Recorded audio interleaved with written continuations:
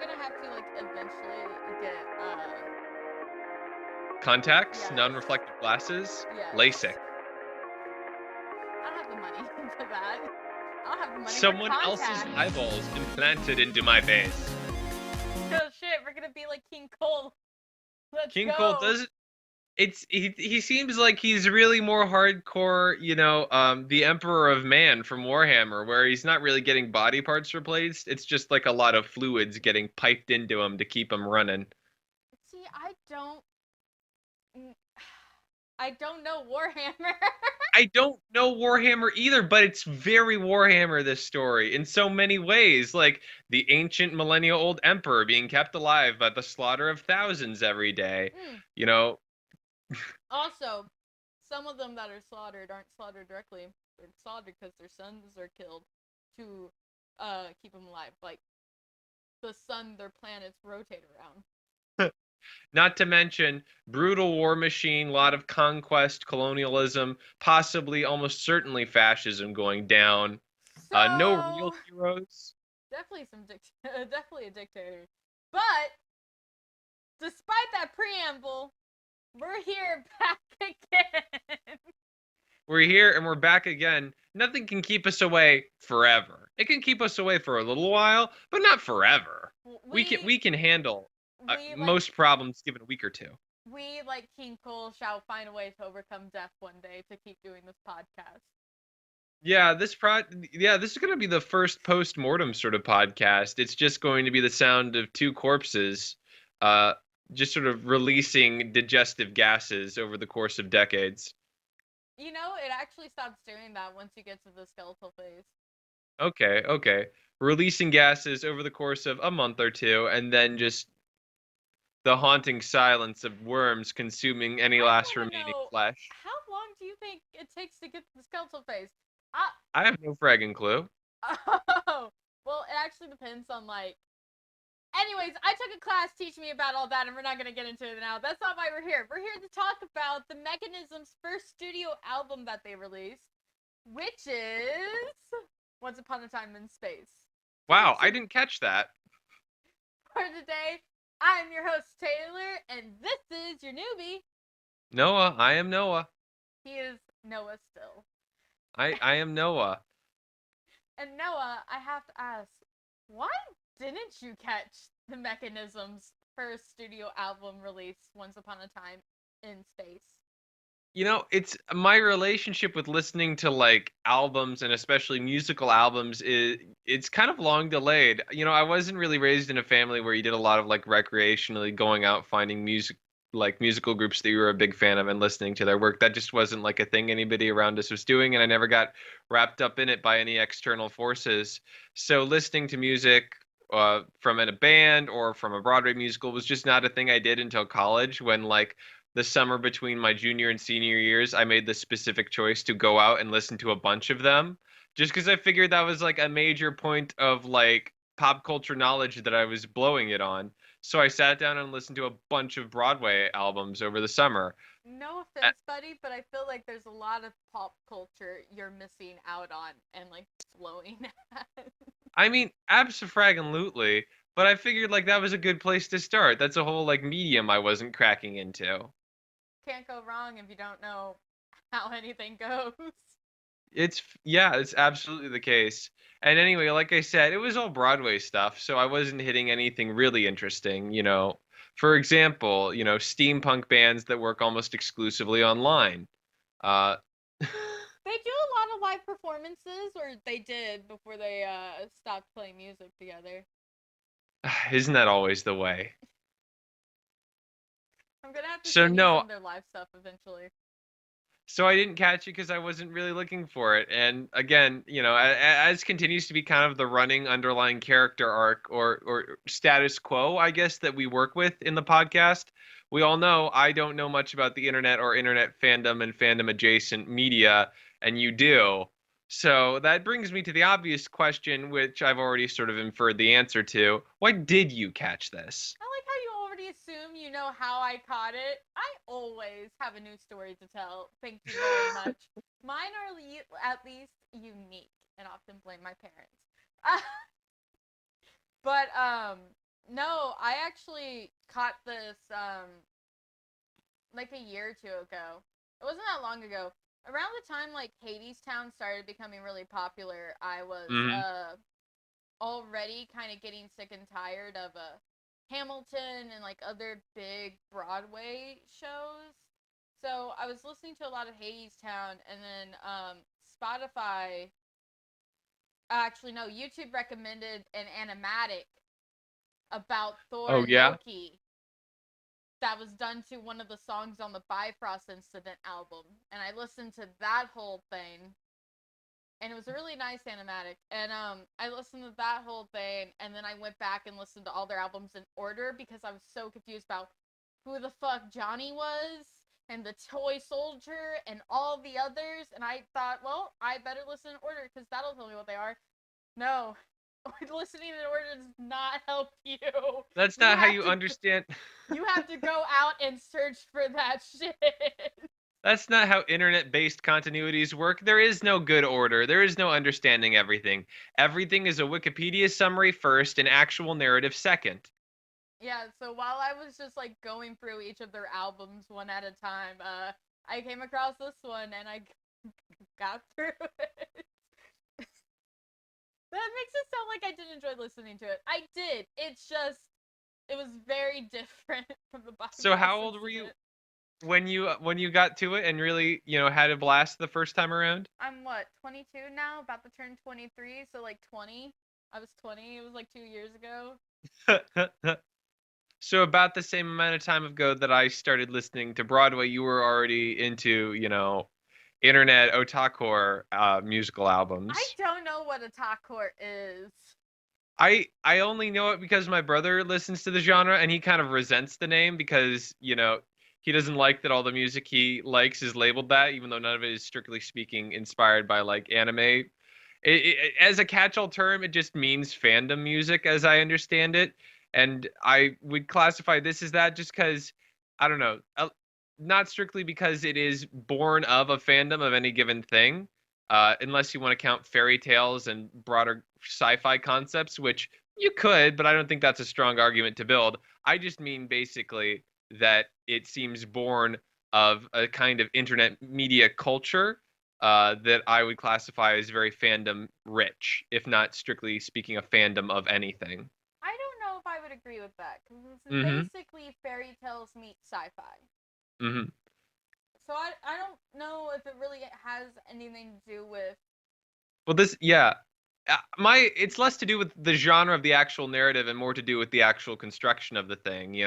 The style of acting, that is being used, the sort of, flourishes that are being done, like. It's and this is all just inference from my like first two watch throughs, and like I have Listens. demonstrated fully and completely that I am quite the oblivious man. So this is just me speculating and an old man pointing at clouds and pretending he knows what they look like. Uh, That's cert cumulus. I don't know. It's in the smaller things, like how instead of having actors of varying ages play different parts, they have like the same set of all vaguely young sounding people playing every part, Well, and doing different voices to adopt different parts. in that way, it's kind of like old school theater, Hmm. where like, so in my theater class, we had to go back and learn like how the Greeks did theater because Hmm. they were the main stars of it all once upon a time. What the fuck ever. My teacher had issues. But how one person would play multiple characters or how like the Hmm. plays would only have two characters, it's kind of like the same formatting they're doing. Only it's a band and each member of the band does play as many parts as they can. Hmm. And they all each play instruments that are going on in it as well. And sometimes they'll mix up who's playing which instrument on which album. Certainly, it's a very atraditional method of storytelling, or at least a mainstream, I guess would be a fair way to put it, maybe. Uh, yeah, I guess that would be the best way to put it. I don't know if you could argue it's the most traditional form of storytelling, but I'm not Both can be true at the ready same to say time. that. So But again, I'm an old man shouting at clouds. I really am genuinely curious to find out more because this was quite unique, and I'm glad that we've got two more albums after this because I imagine I'll have lost my mind by then. And I always enjoy that sort of experience. It's fun. They're really easy to listen to. They're good. They're bops. It's just the way you talk about the continuity makes me scared a little. Continuity is not a thing I know. It's not a thing they know either. But the last time I listened to this before re-listening to it for the podcast was when I was so I'm an archaeologist. I go on really long digs and I drive for hours to get to said digs. And some digs are short and they're a 6-hour drive and a 2-hour day. It works out that way. So I have a lot of time to listen to music on Spotify. So I listen to the Mechanisms at least like once a month, and the last time I listened to this was when I was driving through some hills to get to a job, and it came on while I was cutting through those, and I remembered because I was looking around thinking this would be a really good place for them to hide out and watch a war happen. So it was a couple months ago. So why did you pick this album besides the fact that, as I've already kind of buried the lead on, we're going to be listening to more in the future. Why this album right here right now, especially since we kind of are in the middle of a number of other things happening. Well, so yes, the world is crazy. Politics sucks ass, but it affects all of us. This album touches on a lot of like political topics that I know you are also interested in. That's part of the reason why, but I know that you like stuff that tries out different formats that aren't common to see nowadays. So I Hmm. figured, well, even if he doesn't like it, he might be able to listen to it and pull something away from it that will catch his interest that he may want to use for audio in the future or in different projects. So there's at least that. Also, there's another podcast I want you to listen to eventually that is the main character is also done by Jonathan Sims, who does Johnny Deville in this band. So that's another reason why I want to bring it up for Halloween. So I want you to get used to his voice now. Oh man, it's a good thing we started early then. So It's I so what? Yeah, I guess obviously, what did you think my reaction would be to this different style and to Johnny Sims? well, I assumed there were some songs you were gonna like, and there were some songs you weren't gonna like. And I'm not gonna lie, I did not think you would like the interludes that interrupted the music, but I figured they would at least help you be less confused. So if anything, you're definitely gonna have interesting stuff to say about the music because between the two of us, you're always the one bringing up music. So that was either he'll enjoy it or not, but we'll have an interesting discussion either way. So might as well bring it up. You know, it, I'm glad you did. It was fun to listen to. Uh, it was genuinely. It was. I said this before in our prelude. I don't know if original is the right word, and I'm not sure that's what really they were going for, but certainly a demonstration of some really fun imagination in a lot of levels, especially Fair in the enough. world building and genuinely the storytelling. The narrative is really compelling. It's got a lot of there's a lot of fun to it, and as someone who listened to way too much Gaelic Storm in the latter half of high school, I found a lot of bops in here. Okay, but like Gaelic Storm is awesome. You should listen to Heather Dale sometime. I will have to. Okay, so let's get on to our next part of the show where we're actually explaining what we are discussing today. Yes, I know we've taken forever to get here, but So yeah, do you want to give them so the thing is, sorry, you were do saying. you know what even happened? Like, do you know Yeah, what happened? that was the thing I was going to say. It's quite the trick to follow everything that's happening in this because it's a tight thing. It's a tight 38-minute album, and they're not want to be repetitive about stuff. or have too much in the way of like ongoing parallel threads. It's very like, and then this happened, and then this happened, and here's this character and what they were doing, and back to everyone else, and you might not hear about them again till the very end. It's like how if you're watching like an animated short, sometimes the artist will try and put as many references in the background as possible, so you gotta pause and look for them all. That's this album. That is every song in this album. That's why I'm glad I listened to it a second time through. I couldn't tell you what it was that I picked up that I missed the first time, but I can tell you there were a lot of moments where I was like, "Oh, that's what was going on.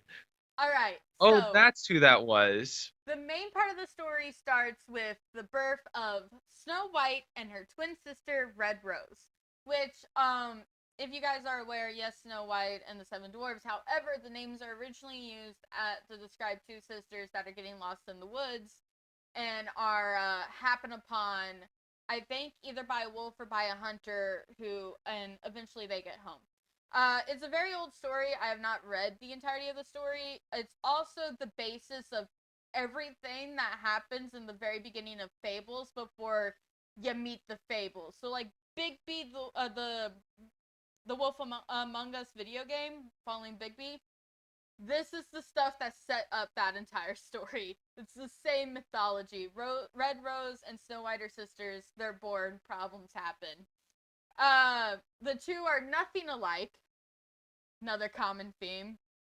And then Snow White becomes a politician who wants peace, while King Cole and all the other royals want war, so they can keep building their empire and living forever. And Red Rose is a warrior who's like, fuck politics, I'm just gonna fight for what I believe in. And she becomes the most powerful warrior to ever be known. Which is why she does get to live a peaceful life. So King Cole has spent years using science to like help him live a millennia. And he just keeps creating evil science to just keep pushing his life longer and longer. In the King Cole fairy tale, King Cole lives forever, but I don't remember for the exact reason. I'm not very big on the King Cole story. I've heard it 3 times in my entire life, every time from my grandfather, and I do not remember a lot of that one. Not I important to me growing up. The only King Cole I can think of is Nat, so it really was not helpful. I had no foundation to work from. He's basically King Cole was a merry old soul whose hair was white as snow. Is like the beginning of the poem about old King Cole. Okay, And I okay. don't remember anything else. Character description. I feel like I need a little bit more.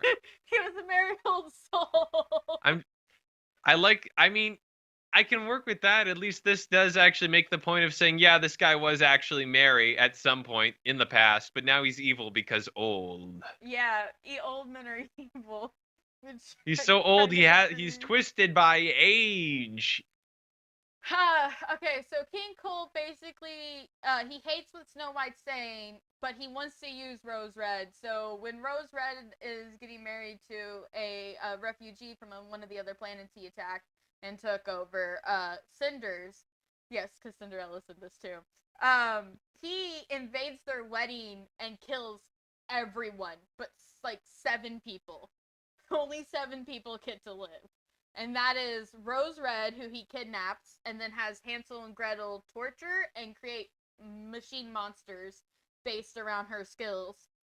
Snow White, her sister, Cinders, who then goes on a journey to try and save Rose Red, the same as Snow White, but they don't work together because they aren't aware the other one's alive.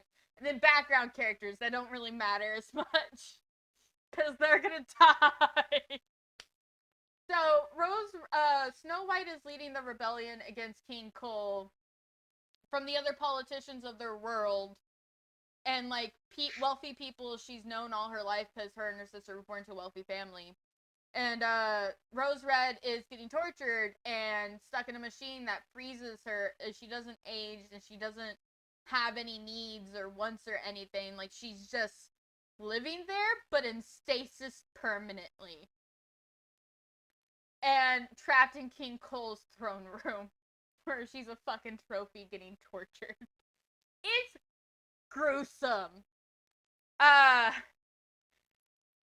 no, there's no happy endings. So while Snow White is leading one side of rebellion, Cinders is going on a warpath where she's destroying as many machines as possible, trying to figure out where Rose Red is, letting her marriage ring guide her, because her and Rose Red have shared rings where whenever they get close to one another, they glow red, and the closer you are, the redder they glow. And then that's the story. It's a 30-year war going on. Yeah, it's a 30-year war for the sisters and like Cinders, but for a lot of people it lasted a lot longer than that because it's an empire charging through and taking over everything. And the mechanisms like Johnny the Vil and Natsua and their living ship Aurora are all just watching it happen. And Johnny and Toy Soldier go and get involved, and everyone else just chills. And that is the story up until the point where they kill King Cole. And everybody dies. Cinders is the only one walking away alive. And it's fucking tragic. Cinders lives just so she can go and commit some war crimes on some prisoners of war.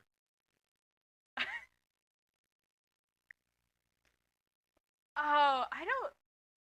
Just a few war crimes. I don't think that's what happens. Like, I don't. She think... goes up and she kills a bunch of people that she used to know because, because she's angsty about having ran away from the wedding and abandoned her would-be bride. But that's not the end. The very end, she, Snow White, and Rose Red are all freed. Everybody dies getting Snow White and Cinders there. And then Snow White dies freeing Rose Red. Rose Red holds her sister as she dies from the three pigs. Rose Red kills the three pigs and then embraces Cinders.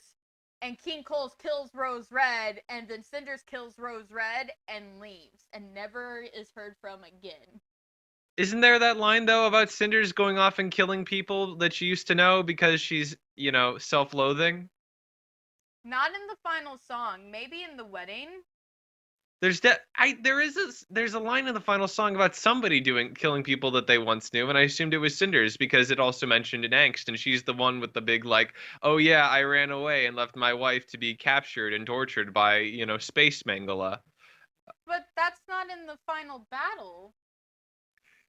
Yeah, but she's like there was a line there. I don't know. I know it's there. I know I heard it on the second run through. I quite liked it. I thought it was a fun touch to really point on that upsettingness. Okay, hang on. It might be in The Bride or in Cinder's song, but it's not in the final battle song where King Cole's actually dead. Because all that one repeats is how there's so much blood and loss here, and so many people have died, and Cinders is standing there watching as the blood leaves her love. Like, that's the song. That's the final one. Well, I think it is in Late in Blood. It's in my notes for Late in Blood. I'm sure. I don't know. It's one of those details that I'm sure that I could identify better if I had listened to it a third time.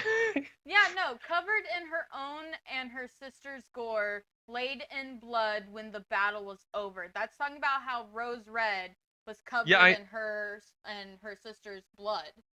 Yeah, but also it mentions specifically killing people that she had known. This. Okay, I'm looking at the lyrics too. We might do a supercut until we figure out what the answer is and what I'm thinking of, whatever it is. Hmm.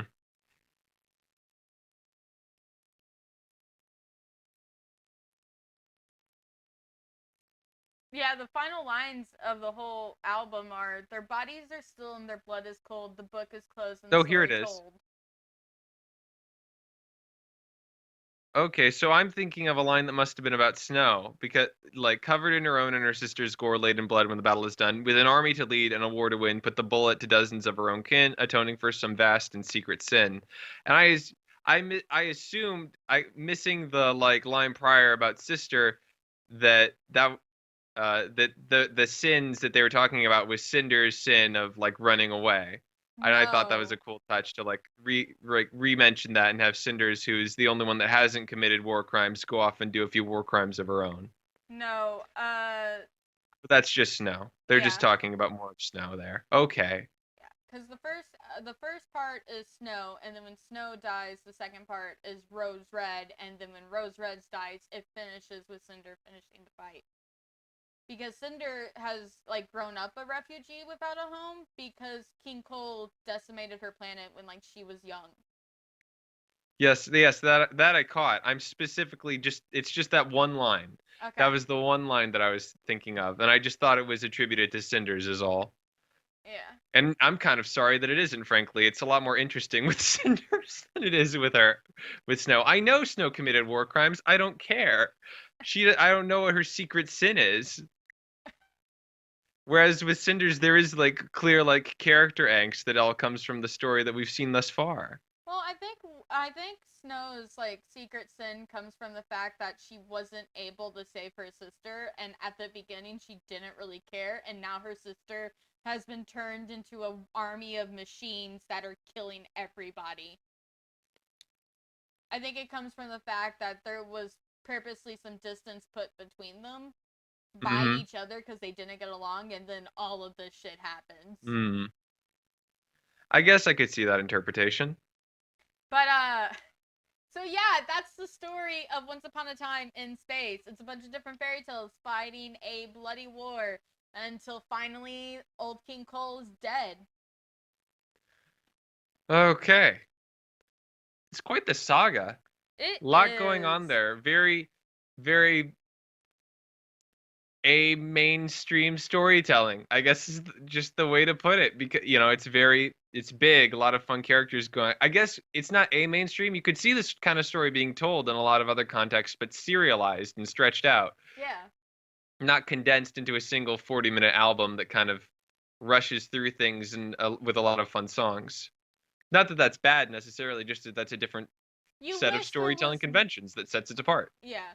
If it was in any other medium, we definitely would have gotten more information. And personally, like, some of the people I wanted more information on were like the fairy tale one offs mentioned, like Red Hood and her wolf virus that took down machines and had them fight each other, or Belle and her husband, the monster who protected her fiercely until they both died.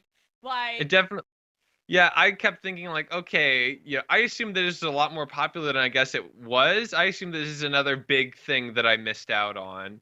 And on that assumption, I was like, oh, there's got to be at least like one indie role-playing game running around out there based on this specifically. Heck, there still no. may be. There's indie role-playing games about just about everything at this point. Not as far as I'm aware, there isn't.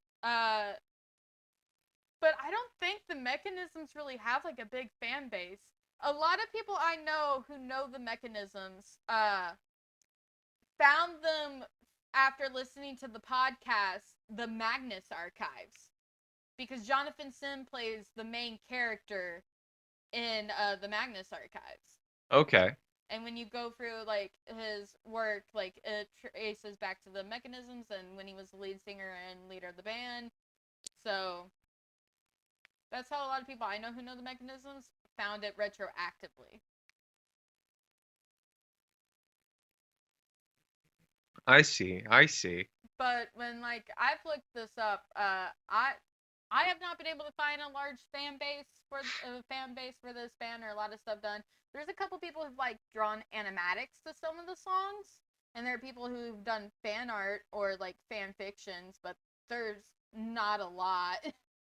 That's It's very surprising. It seems small. like it was kind of written specifically to invoke that in a lot of respects. The combination of like these kind of a lot of sort of common points of reference and things that you could use to build really interesting visual and narrative iconography, uh, as well as the freedom to get really loose, fast and loose with how you interpreted the science fiction fantasy elements of it while trying to mix it with the like common iconography. Like there's a lot of room to play there, not to mention the fact that they are very good at establishing a lot of really interesting character like dynamics here and really fleshing out a lot of individuals with wants and needs in that very operatic way. I'm surprised, genuinely. This seems like something that would like really entice a lot of people to be fans of it. I mean, it does have a lot of listeners on Spotify. I feel like if more people were aware that this kind of music exists, more people would listen to it. But this isn't the kind of like genre of music I know a lot of people would seek out to test out if they aren't already Mm. aware it exists. I'm sure the TikTok teens will figure it out in like 3 years, and then it'll be everywhere. I hope so. It's just yeah, it won't be TikTok in 3 years. It'll be whatever comes next, whatever Gen Alpha has hooked themselves up to that's going to give them more psychic I powers. thought we were still on Gen Z. Is it Gen Alpha now? I think Gen Alpha. I think we're all just talking about Gen Z specifically because Gen Alpha is growing in the wing and ready to like use their Matilda powers to kill us all. Uh, Well, good for them. About time. Seriously good for them. I think Omnicide is something that the youths need to try. Nobody's really gone for it before. Maybe it's time we just do it. You know, I think they're all going to like. It's sort of like what happened to the Star Wars prequels. They're gonna grow up having watched things like Infinity War, and they're gonna like make a bunch of great memes about how Thanos was actually right.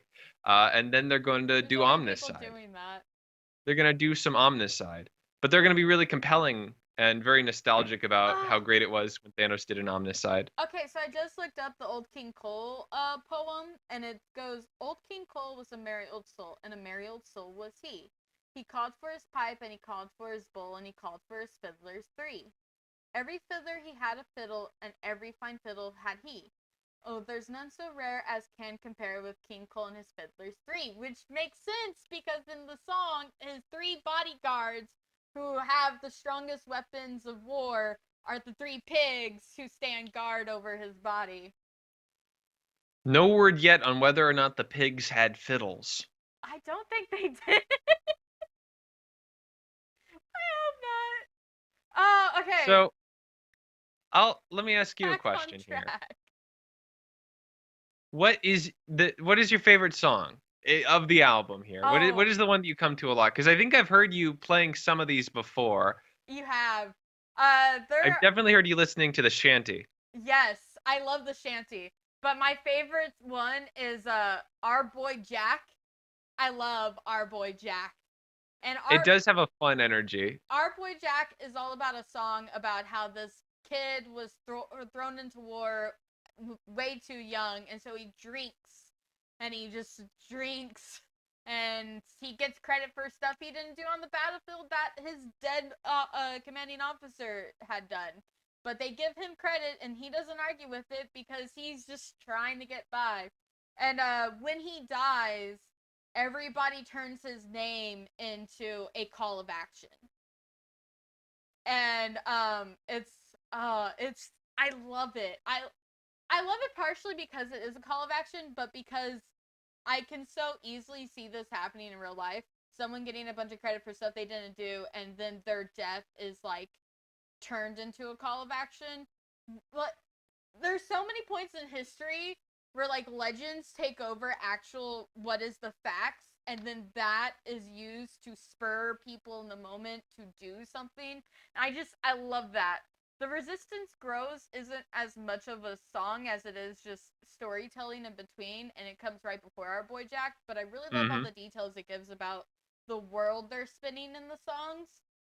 So I enjoy that one too, and the pump shanty. I love the pump shanty. It gets me up and going when I have to like do chores or I've got a long drive, so I'm not gonna be able to move a lot. Like I love the shanty.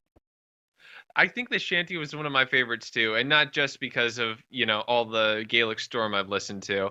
I think it reminded me of the shanty discourse from about a year ago, and how I just saw some creative role playing game designer or writer type mention put shanties in everything naval, shanties in space, shanties to maintain an engine to, shanties to help you remember how to maintain your breath, in times of vacuum. Like, yeah, it's like, oh yeah, I thought at the They time that's a cool idea. It'd be cool to hear a shanty in space, and then here it is. there's another shanty in space you're gonna listen to when we get to Carmen Oh Miranda's yeah, Ghost. space shanties. There's a lot of space shanties in Carmen Miranda's Ghost. I'm very excited.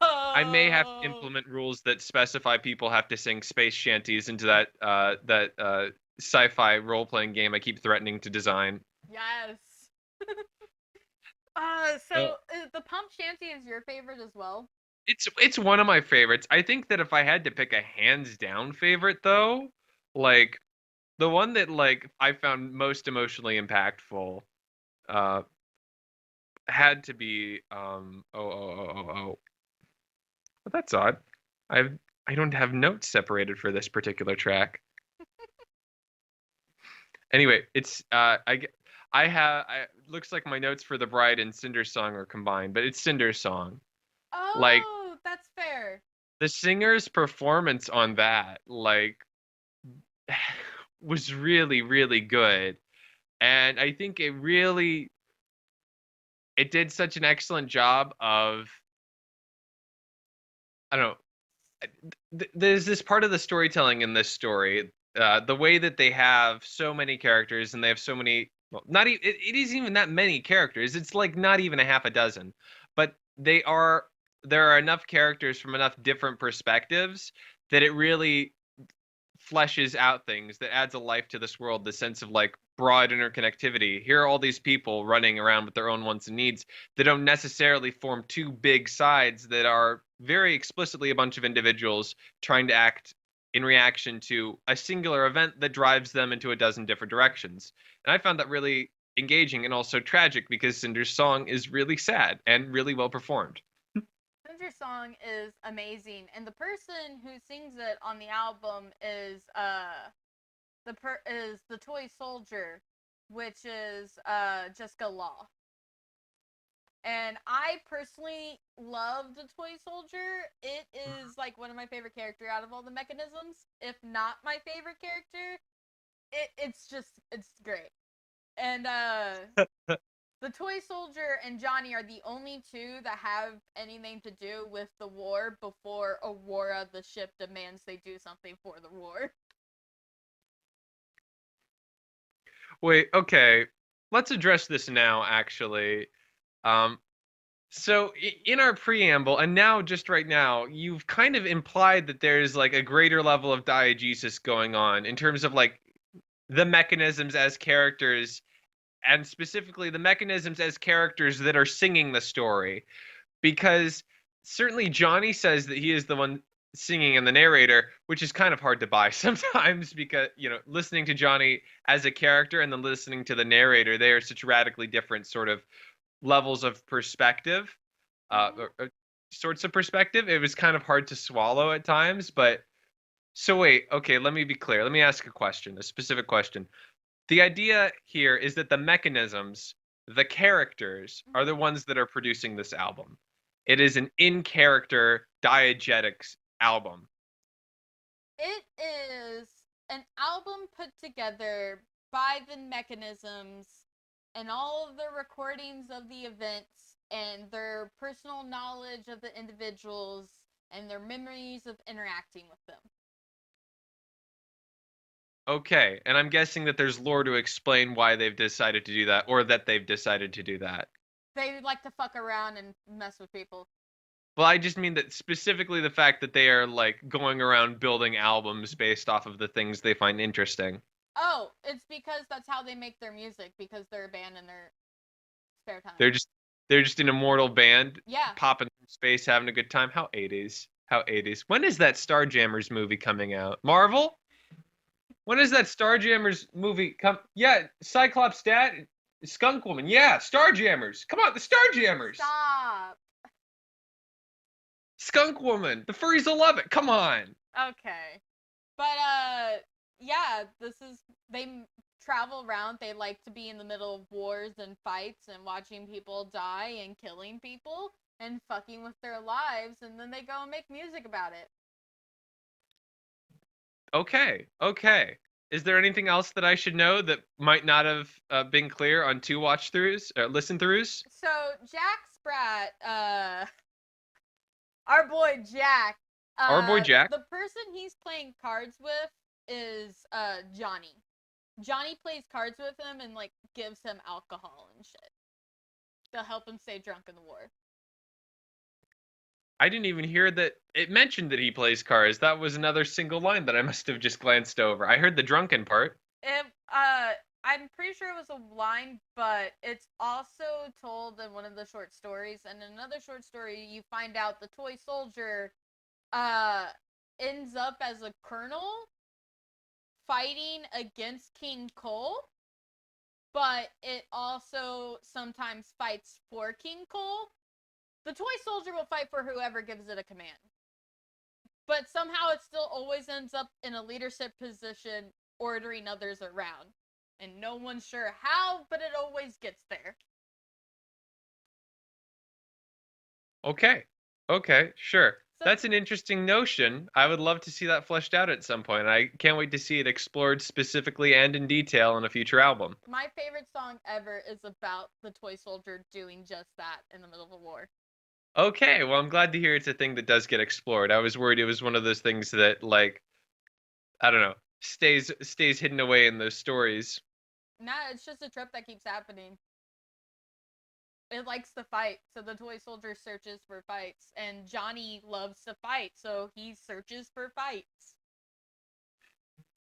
That certainly that I got. That I definitely got on this watch through. Uh, the only other two people that are really mentioned in this that are the mechanisms and not characters from the fairy tale itself is the ship Aurora, the Aurora who uses she/her pronouns, and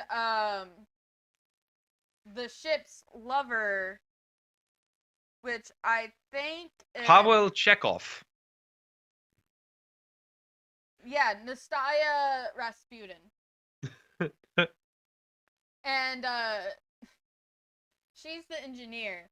And so in the middle of a war, they can sense an experiment that was done giving an AI, torturing an AI and giving it intelligence and just using it to create more monsters that are trapped and whatnot. And in order to free this computer existence that is trapped permanently, which is Sleeping Beauty, the ship, the Aurora, insists that they go down there and rescue it. And Johnny isn't up for that, but Nastya realizes, well, we're going. You can't stop us. I'm letting you know because she's already taking us there. And the Nastya and the Aurora are dating. They ran away together. They live. One lives inside the other for the rest of their lives. And Wait a minute. You made that sound like the sort of thing that might like swap around every now and again and not a very clear situation where one would have to live in the other. And I'm not sure how that's possible unless you're trying to tell me that somehow Aurora, a large sentient ship, gets inside of this poor Pavel Chekhov impersonator. okay, moving on. Um, Wait a minute. not the way you're thinking, but oh gosh, babe, I can't stop laughing. Yeah, so they all live on the ship, the Aurora, and Nastya dates her, and Nastya realizes that if they piss off Johnny too much, he's gonna cause problems later. So she kind of leads the conversation to let Johnny like tell everyone else it's his plan when it's not. The Aurora's just taking them there, and then they go and rescue Sleeping Beauty, who's just been sleeping and being tortured this entire time, like like Rose Red. It Mm. sucks. Everybody gets a bad ending. It's bad for everybody. It's not a good time to be anyone in this war, unless you're the mechanisms who can't be hurt by it, and so you just get to chill and watch it happen. It's yeah, honestly, great time to be in a moral pirate band, immortal pirate band, but also immoral. Uh, Yeah. honestly, good time to be them. Certainly, they're the only group that has a romance that doesn't end tragically, as far as I know. So who is your favorite character? Not Johnny. You really don't like Johnny. Okay, so I know we talked It's about this a little bit in the preamble, but why do you have like such an issue with him? I'm sure that I probably honestly I think I just enjoy joking about disliking him more than I actively dislike him. I found him just kind of annoying, I guess, like on the second listen through. Just it felt It felt I like don't there know. was all this drama and like There were important stuff happening, and then he interrupts. yeah, there's definitely that, but it's not just the interruption. It was I don't know, there's just this general like he interrupted. I could take an interruption, I think, but like the specific tone of his like character specifically cuz I didn't really mind the other mechanists per se. It was just something specifically about him and his character, and I think the certain acting choices made in the performance that made him seem I don't know on a different level of reality, I guess would be a good way to put everything that came out of Johnny's mouth felt like it was coming out of the mouth of a very happy DM that was in the middle of a great session, as opposed to an actor playing a character. If that distinction makes sense, I'm not. It's really not pertinent. They're both technically a kind of acting. They're both literally a kind of acting, and it's a subjective thing to bounce off one and not the other. But I bounced off of it. I just couldn't get like it was hard to follow at times, especially when the performer that does Johnny was doing Johnny specifically, and not just the narrator Johnny. Yeah. Like that just it felt a little bit more fake than everything else. The I guess narr was what bugged me, so and I the probably won't on future listen tos throughs. so narrator Johnny is the same as Johnny in this one. Johnny DeVille is the narrator in this album. He's not in all the albums, but he is in this one. So there's not supposed to be really a difference between them. It's just he's not playing an instrument while he narrates sometimes. Sometimes he does. Um, King Cole is a very different is also played by it's Johnny and Jonathan, I think. Yeah. Is also played by Jonathan Sims. King Cole is also played by Jonathan Sims, who plays Johnny DeVille. I'm bad with names, and there's a lot of names to remember. Okay, There are a everybody, lot of those names running around. give me a break. I am I'm not. trying. I'm not. I'm not upset. I'm glad that you're taking the time to go over them again and again. There's just a lot, and you haven't even met all the mechanisms. Only like 4 were mentioned in this, and I've How many mentioned. mechanisms are there? Oh, there's a 1, 2, 3, 4, 5, 6, Seven. 7, 8, 9, 10, Just 11. There's anytime. 11. 11. Yeah, including the ship. The ship is one. 11. Well, I would count her. She seems nice. Yeah. One of them is the former captain who's no longer on the ship. Mm-hmm. So, not counting her, there's 10. 9 plus the ship. And they all get picked up at different points in time.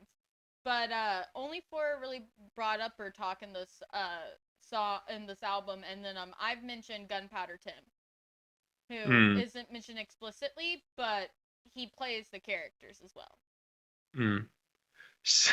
So here's the tragic irony. I think my favorite character is also kind of Johnny. Oh shit! Why's that? I like the tone of the narrator. I don't know. I'm a sucker for anything that is like sort of subversive and that pseudo like, well, this isn't really, I like the asides that the narrator makes that like point out the flaws in the historicizing and mythologizing that is going on over the course of the war. I like how they're like very frank, like, no, Jack wasn't a hero. He was just like some drunk kid that was in the wrong place at the wrong time, but he made a good like subject for legend. And or like, yeah, we called them the Noble 23, but no, they definitely weren't that. Uh, I liked that added level of character to the narration. I think it really jived well with the rest of the story in a fun way. It really rhymed with how they were using these older fairy tales from a different reinvented light. So of course the narrator would be a bit different and reinvented and be a bit more willing to be open and frank about how real history turns into real myth. I kind of wonder if the reason why you don't like singing Johnny as much as you like narrating Johnny is because when he sings, Johnny is the one who has all that stuff pointed out about him. And like in the later albums, the whole crew gangs up on him because he keeps trying to put himself in a leadership position, but like people don't listen to him and they don't see him as the leader. So I kind of wonder if I kind of wonder if that's like one of the underlying things that's going on with your dislike about him specifically as a character within this album while he sings. Mm-hmm. Because he does the exact same thing he makes fun of the people for doing. Like, oh yeah, see, they all thought this kid was a hero, but he really fucking wasn't. That's I interesting. I'm kind of thinking here. I think I may have to make a swap here. So I get we're most of the way through this episode, so I'm gonna just drop the lead here right now. When we're done with the Dragon Month, we're moving on to a sci-fi summer, baby. And part of the sci-fi summer, we'll be listening to more mechanism stuff. And I had planned to bring a couple other things, but now I think I have to drop one of the things I was planning. I'm not sure which.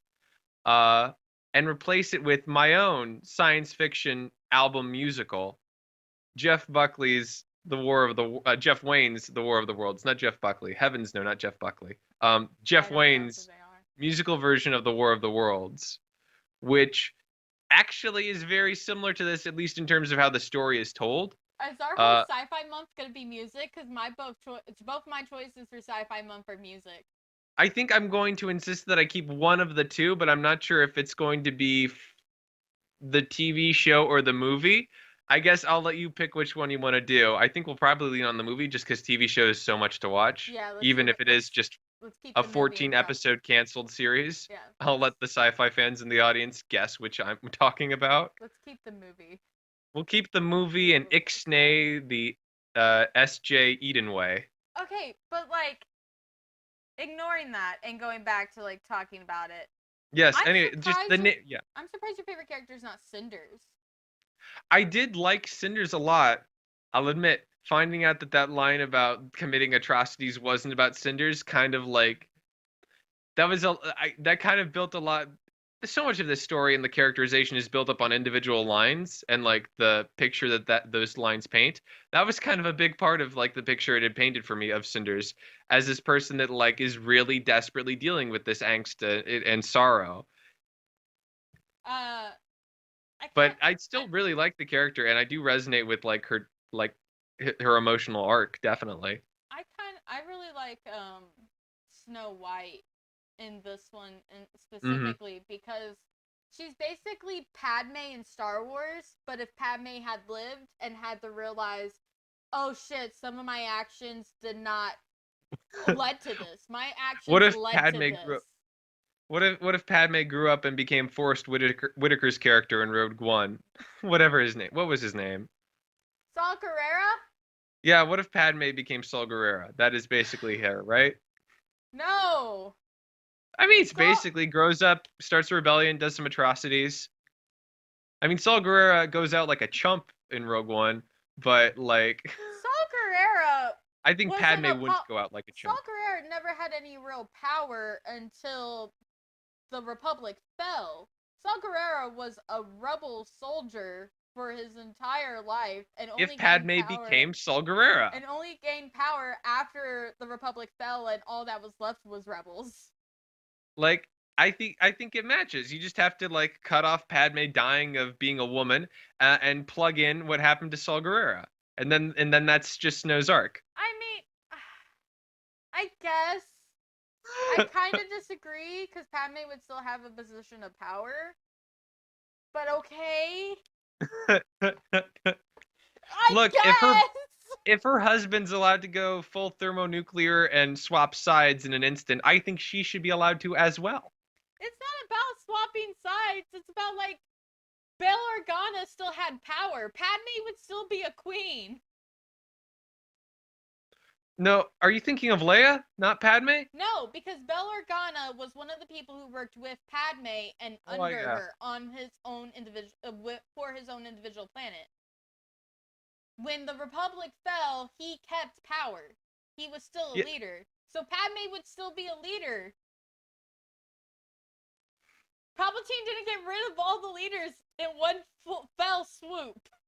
He kept yeah, them I know she around. would have, but I just mean like In this, Snow White has nothing. She's been kicked out of her home. All of the other noble families and royals have nothing left.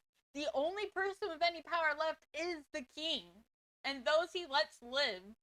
I don't know which one of us opened up the Star Wars metaphor, but we can't do this. We can never bring Star Wars into the pod. That was the first rule we signed when we signed the contract of the pod in blood. We cannot be allowed to talk about Star Wars. It brings out the worst in each of us, and I think it scares people. I don't think we were going Because you that know a bad. lot about Star Wars, and I like to think I know a lot about Star Wars, and it just doesn't work. Okay. Anyways, so like there is a thing, and I'm gonna combine like two of the subjects we talked about talking about here, and the the trope that has been occurring with fairy tales lately, where you take good guys and make them bad. A little bit of moral inversion Yes, really gets you the thinking. moral inversion that has been used in a lot of fairy tales lately, plus like Like the Joker just once said, we live in a kingdom how far, far many away. just how many like stories are coming out about like fairy tales and like are retold fairy tales that rely on that inversion. I want to Mm-hmm. discuss that for a little bit. And like the first big one that comes to my mind is how King Cole was a merry old soul, and it was just a poem about a king who was happy. And he's a monster in this, and Geppetto is a monster in this, and they are horrible people. And like spoilers for later Fables comics, if you haven't read up to issue, I think 79 is when it's revealed. Uh, Nice. Almost. it's like 70 or 80, something like that, is when the reveal gets shown, where like Geppetto is a monster in the Fable comics as well. Like he's committed atrocities. But like in the original stories, there's nothing immediately seemingly harmful about them aside from the fact that King Cole's a king and monarchies suck, but what are you gonna do? It's funny that you like bring this up as a topic of moral inversion because I really didn't see much in the way of moral inversion happening except for like some of the throwaway characters that mostly existed to like add to the imagery and like the sense of like fairy tale world full of all sorts of like cameos, that like yeah, there was uh Scheherazade, which felt kind of weird to have the one explicitly non-European fairy tale character also happened to be one of the two named uh, one one of the smaller handful of named fairy tale characters that are going to be evil. But okay, go off. I didn't feel like beyond those two there was much in the way of inversion. I guess the three pigs there, but I don't know. King Cole seems like they kind of took the origin of King Cole and then we're just like, okay, let's expand the timeline a bit, add some Warhammer in there, see That's what fair. happens. I But don't. in the story, like the big bad wolf isn't evil. It's just a Mm-hmm. piece of tech that is used to like turn the bad machines against each other and Yeah, attack each yeah. other. So there's that as well. Like it's not Mm-hmm. I'm not saying like it's a big huge thing, but it's something that a lot of fairy tale Mm-hmm. inspired stories have been doing Mm-hmm. lately. And I was kind of wondering, like, why do you think that is? Even when it's like small little details that don't really change a lot about the story, such as Mm-hmm. with Geppetto and whatnot, in this song album. I don't know if I had to guess. I think that it has to do with just like the whole main reason that you do the like X thing but adult and edgy. The big joke is of course like let's look at this from a more like mature quote unquote point of view and see this with a bit more nuance and room for things to surprise us and maybe learn unpleasant things about what we thought were comforting truths from our childhood, which is of course a big metaphor for all sorts of growth that happens when you grow up and you start to look back on Grown your up! childhood and realize, oh, this thing that I thought was good was actually really bad, or this thing that I thought was evil was a bit more nuanced than that. Like, that's what I assume is the metaphor people go for here. So, Remember, if that happens everybody. here, Remember, everybody. Jackie Papers dies at the end of the song. or grows up, they're the same thing. They're We all functionally the know. same. We all know what it really meant. Anyway, I don't. It seems like that's like the core point of doing that. So as that happens, I think that's an extension in the story. I think that's an extension of that sort of underlying theme. It kind of to me, in terms of like this story, it feels like that happens as it emerges from their like kind of desire to bring in as much fairy tale iconography as possible, less focused on like any actual moral inversion and more on just like bringing in as many players as they can, playing it as with as much iconography as they can, which is why they have these sections where they like go off and will rattle off a bunch of nonsense that has like six different references in it. Uh, that all that is fun to listen to and get those references. I also read Wicked, and I can't appreciate a fairy tale reference in the middle of a weirdly adult story. Um, I don't. but I don't also know. I don't know if this song is trying to make like. I don't know if this album is trying to make fairy tales edgy though. I mean, they are kind of more adult, but like fairy tales and fables. I would argue the difference between a fairy tale and a fable is that a fable has the horrific ending, and a fairy tale has the happy ever after ending that is usually a fable with a different twist. hmm So I would argue that like a lot of fables these stories are based on, because they have such dark endings, are already kind of adult. They're short miniature stories to give kids, to show them, to help them learn that hey, the world is gonna suck a lot. yeah, this does serve the same function as that, 100%. I think that let's be careful not to get too up in theory and forget the fact that this is a album that ends with a song called "Laid in Blood." That's Like, fair. this is edgy. This is like, I guess. 13-year-old's first trip to Hot Topic in 2004 edgy. I don't Uh, know if I would go that far though. it's very like I'm not making Warhammer references as a joke. This is very like, and there's blood everywhere, and the gothic space-faring castles fly through the bloody sky.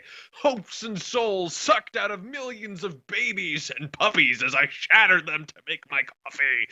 It's in that zone. You can't tell me that's not edgy. I put it that way. I mean, there's a quite like it's a cartoon still. It's like Mortal Kombat edginess. It's not like, Chernobyl, watching a man die of radiation poisoning edgy. It's like edge as an aesthetic adopted by people that are trying to pretend at an adulthood they don't fully understand, which again matches up well with the theme that is so common with these sort of fairy tale stories.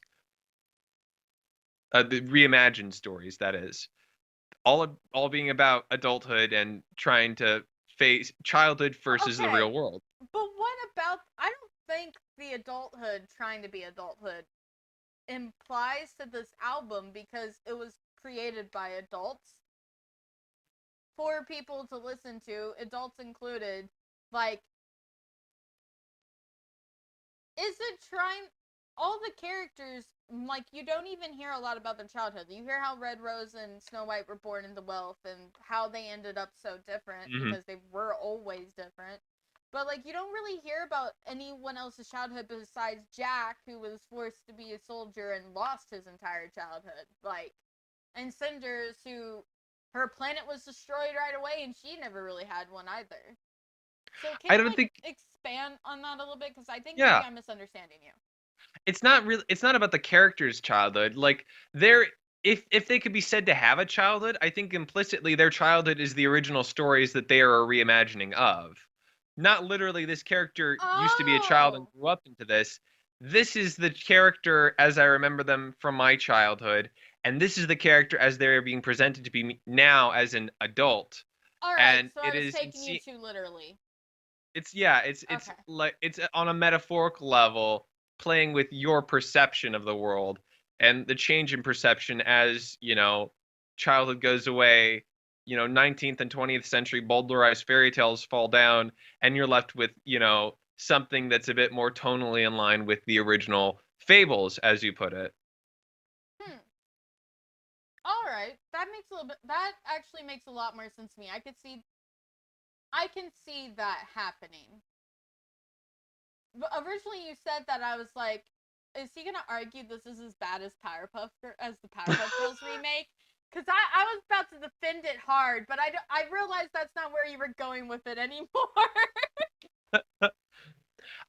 I wouldn't know. Add Powerpuff Girls, both original and the new one, to the list. Oh no, let's not do that. I love Tara Strong. That's not the issue. She's not the issue. Tara Strong is never the issue, Noah. I enjoyed her as Tara in Teen Titans. That's it's really sad. I know she's done a lot of other stuff, and I know she's played. I think she plays Timmy in Very Odd Parents. Yep, that Okay. definitely Timmy Turner. Those are the only two things I can recall right off the top of my head that she does. Ben 10 also, and Okay. Twilight Sparkle, Harley Quinn. You know, She does a lot, but I know she's those one of two, those voice actors. I know those two right off the bat. But that's not why we're here. I keep we got to oh man, we need to bring guests back on. We can't be trusted to stay on topic without a guest to keep us here. We act all nice and polite and like we actually know how to stay on topic when a guest is around. When it's not, we're just like scrambling everywhere. Our ramblings are part of the charm. The rambling is part of the brand. Everything is connected. Anything can be called back to anything else. You kept saying in the preamble how there were things that this reminded you of, and one of them was Roarhammer. Was there anything else that this reminded you of? I think you mentioned Hades Town. Yeah, definitely Hades Town, 1,000%. Just that same like, you know, it only comes up at the like in the last couple of tracks here, but the sense of like doomed hopelessness and like going into an event knowing that it's going to end poorly. I don't think it's handled as well as Hades Town, but also this isn't a major Broadway musical produced with up to $1 million and a lot of like people, at the top of their field, at the top of their game. This is not at all that. This is a lot of massive nerds making a massive nerd album, and it's fun.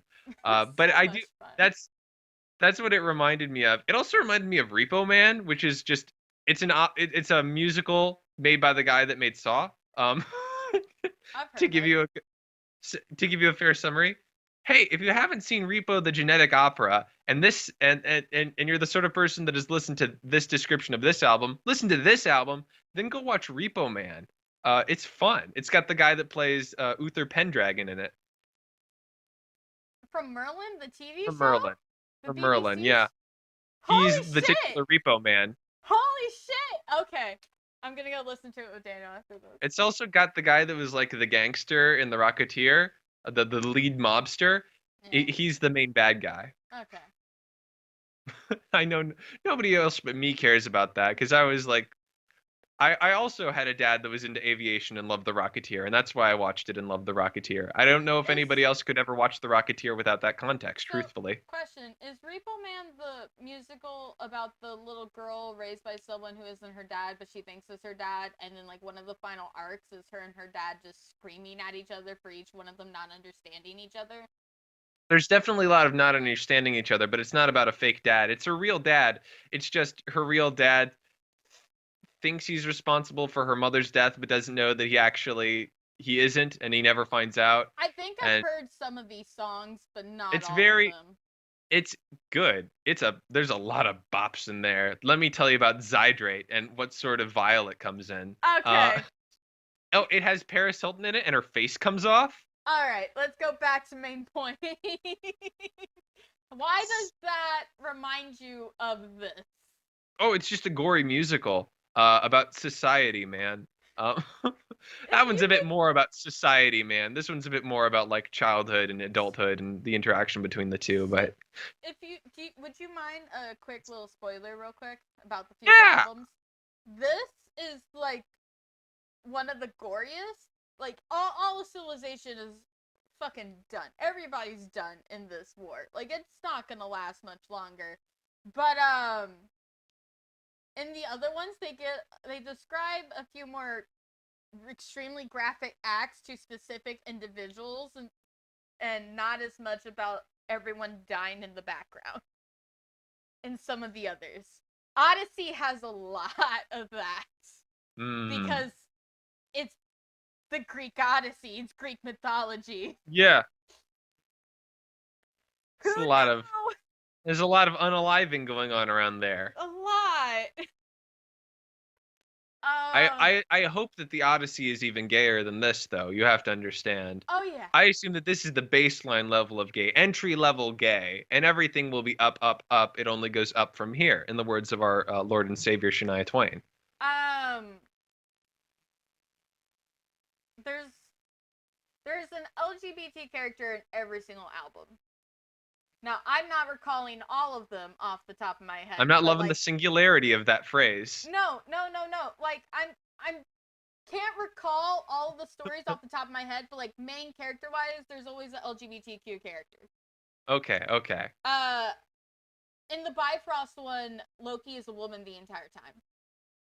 Like Loki can be a man and has been a man in the past in the Bifrost album, but during the events of the Bifrost album, she is a woman the entire time.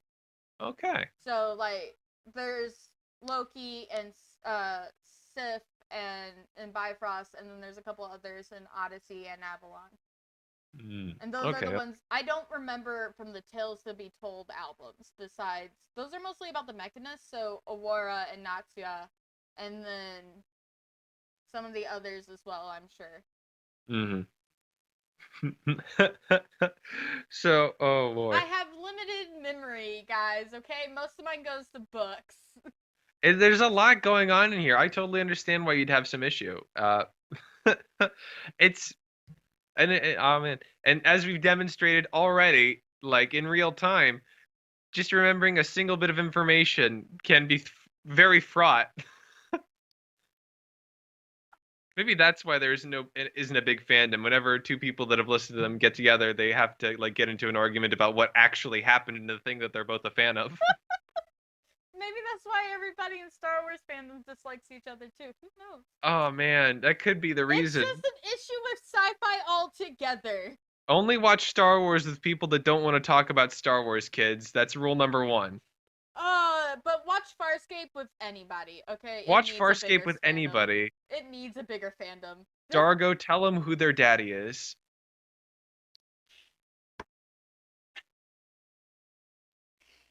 This album could also use more fans. So if you haven't heard any of the Mechanisms, I would definitely recommend listening to a few of their songs. Loki's a really popular Marvel TV show that's going on right now. And you should definitely listen to the Bifrost incident, which we will be discussing in the sci-fi summer. At some point. I don't remember. Get them, baby. Rack them up. Subscribe, follow, and comment. It's gonna in 2 weeks we'll do the Bifrost incident. And also other things, including Jeff Wayne's War of the Worlds, and I guess screw it, Galaxy Quest is the other thing that we're doing. There, you have it all. Let's see if you can keep track of our schedule as it enters our normal Lovecraftian level of madness when we try to execute on it. Oh, talking about Lovecraftian bullshit. Like, the mechanisms themselves are kind of Lovecraftian. They're immortals who can never die, who just love to travel around and watch people tear each other apart. Like, that seems like an integral part of internet-based fiction writing, is that there's always got to be some sort of godlike, otherworldly character, immortal, wandering around watching mortals with some sort of unfeeling or less than feeling gaze. To be fair, I do love that trope. But yeah, my favorite version of that trope is when there's a person who's seemingly lived forever and has like what most would consider an old soul, but then you find out they actually are young comparatively to the rest of their species. And all that old soulness is them just trying to stay calm, internally freaking out, like, so what do we do next? I also love Puddleglum. Man, where was the Puddleglum fic that our podcast was supposed to kick off? I will write it at some I'm asking you to write. I'm asking the listeners and the viewers, where is the Puddleglum fic? Guys, Puddleglum is out there, and he's an excellent character. Tom Baker played him. Tom Baker also played another character of that trope called the Doctor, early form. Because I've never heard of a Doctor before. I don't know who that is. Liar. So, upon listening to this, however many times you did to get ready for this, I'm curious, have your thoughts changed? I guess after this conversation as well, like on any of it? Man, I really did not think it was as, like, gory as it was. Like, you pointing out all the lines about blood spilling everywhere and people dying made me realize how gory it was. It's But then, just Titus, man. but I really want the people that made the Titus movie to make this movie. but then again, I also have been reading fables since I was like Mhm. in freshman in high school. So like maybe I'm just desensitized. Yeah, you're like, oh yeah, sure. I People mean, they don't even go into die. extended discussion of self-dismemberment. Is it even that gory? Ah man, somebody got their eye torn out. That sucks. That sucks.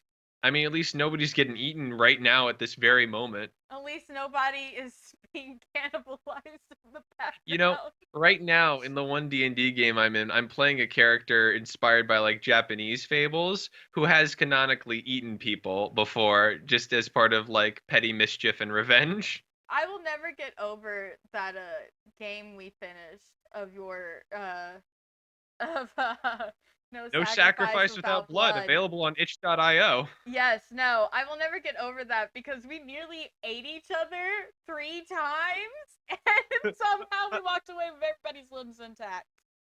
Somehow, someone, Our no characters, cannibalism. characters. Somehow, someway, no cannibalism at the table too. I Uh, There is one more thing I would like to touch about, yeah, yeah, and absolutely. one, do you have any questions I can answer for you about the mechanisms I think we've. or the I mean, band or the music? the one question I really wanted to know was who's playing that harp, and then you told me it was Johnny, and now I have so many mixed feelings about the three sides of Johnny that I've seen at this point. Johnny is the one who plays the harmonica. He's asking about the harmonica, not an actual harp. That's what the cool kids call it. They call it a harp. No, they don't. There's That an is the actual. thing, though. There's Ask a blues musician. there's an actual. There's that.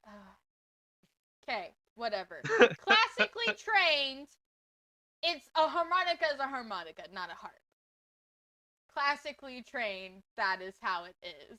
Oh, so he's playing like a chromatic harmonica. That's why it sounds. I thought it was maybe like a not a vibrato, a tremolo harmonica. It There. it it might be. I'm just saying, like, everyone I've known and who I trained with, you don't call an harmonica an harp. They are two different things. You just don't. But yeah. Okay. Also, you had a comment here on history. Was that like a question of history of the band itself, or what? That was a question of the band itself. We've got so much more time with the band though, and so much time not left in the episode that I figure we save that for later maybe. All You right. maybe next time when we're doing the proper sci-fi summer episodes, you can start going into, how is it that Johnny, the man with three faces, came to start or being a part of this band. I'm very curious to figure out all of this nonsense and the history of it, but I think that I can leave us not knowing that right now. Okay. Cool. Because like, uh, I just want to make sure you weren't walking away more confused than you were at the No, start. no, So, no, no, no. okay. Less confused and eager to learn more. Um, As it stands, yeah. but so I do want to say the Mechanisms are no longer a band that plays music together, as far as I'm aware. Uh, as on so on January 24th of 2020, there was a tweet announcing that the Mechanisms are dead. Long live the Mechanisms. And that, as far as I'm aware, is the official announcement that the band is over. But you can still listen to any of their music on Spotify, just like you can listen to this podcast on Spotify.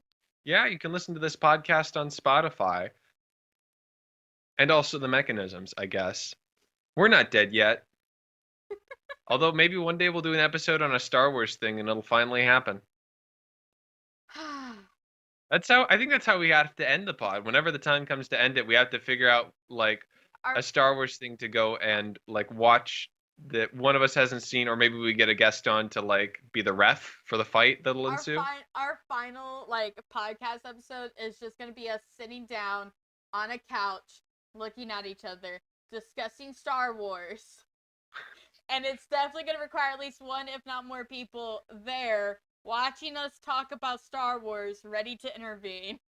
Yeah, we're going to need some mediators and possibly tranquilizers. It's either going to be 20 minutes long and done, or it's going to be 6 hours and we're both going to be too tired to even argue by the end of it. Yeah, it's one way or the other. That's how it's going to go down. As far as this album goes, I got to say, hey, thanks for sharing it. It was quite interesting. I imagine I'll go back to it as some of the songs continue to be stuck in my head over and over again. I'm going to be doing a lot of driving in the next week, I suspect, and I may just be plugging this in and having a listen to it. Heck, I might be listening to the rest of it as well, just to get ahead of time. Our boy Jack. I enjoyed the things it was doing. It was the first time I personally had seen Warhammer sort of gothic space fantasy mixed with fairy tales and doing, what's a good way to do it? Infinity War fables. Kind of, sort of, certainly tonally there's a lot in common, but sci-fi fables. So these big space opera convoluted crossover sci-fi fables. It was fun. It has a lot of cool imagery, and I'm glad I got to listen to it. And also, I'm glad to hear a harp in anything. I'm a big fan of the harp. At the start of COVID, I bought myself a harp and then proceeded to only spend a little bit of time learning it and only playing badly while I played the harp that I had. That cool harp. I should get back to that harp. I'd like to get a chromatic harp because that allows you to play a lot of really, really beautiful music because it's laid out to give you, a full chromatic set of tones, whereas a blues harp is limited. It's diatonic. And you have to get one for every key. Although technically you can do things like overblows and is it underblows? This is why I call it Zine instead of fucking zine. This is why. This right here. Zine is spelled like Vine, ergo it should be pronounced Zine, not Zine. Fuck magazines. This is why I do it. Oh boy. So we won't torture you for too much longer. Hey, next week we've got a long month of dragons, which, as we've established, it's not even a month anymore. We are finishing a book of the trilogy that we did for the month of dragons. Next week, whenever the episode airs, we might be trying something fun with the episode. We'll let you know then. But when the episode airs next week, hopefully, it will be at the tail end of the never-ending story of Dragons Month, in which and it will be finally finishing off, like Taylor said, the Harper Hall trilogy with Dragon Drums, the last book in that series, and hopefully the last entry in the Long Dragon Month, which I'm sure we'll be facing again in a year or two, because we just keep coming up with more fun dragon stuff that we have to watch. I love dragons. I wish they were treated like main characters instead of rides. I think that's why we're gonna have to bring a Wings of Fire fan in here, just so we can see what happens when the dragons are attributed more personhood than the humans. That being said, I look forward to next week. I look forward to that fun. I look forward to Hatchet by way of Anne McCaffrey. It's going to be interesting. What? Wait, what do you mean by that? Noah, I have questions. Thank you so much for watching. I've been your newbie Noah. And I've been your host Taylor. What do you mean by that, Noah? Oh man, this is a good episode, Taylor. I'm sorry, I've got your mic muted now. I can't hear anything you're saying, but it's been a lot of fun. I can't wait for next week. Bye, everybody. You gotta tell me what you meant by that. Thank you for watching the video. If you liked our discussions on Once Upon a Time in Space, the album written by the Mechanisms, please subscribe to support our channel. Likes are wonderful and greatly appreciated too. If you want to see these episodes get made before they go up on YouTube, you can find our Twitch channels in the description below. We record the episode on both channels at 9 p.m. EST on Tuesday nights. So, which song was your guys' favorite from this album? And also, who's your favorite mechanist?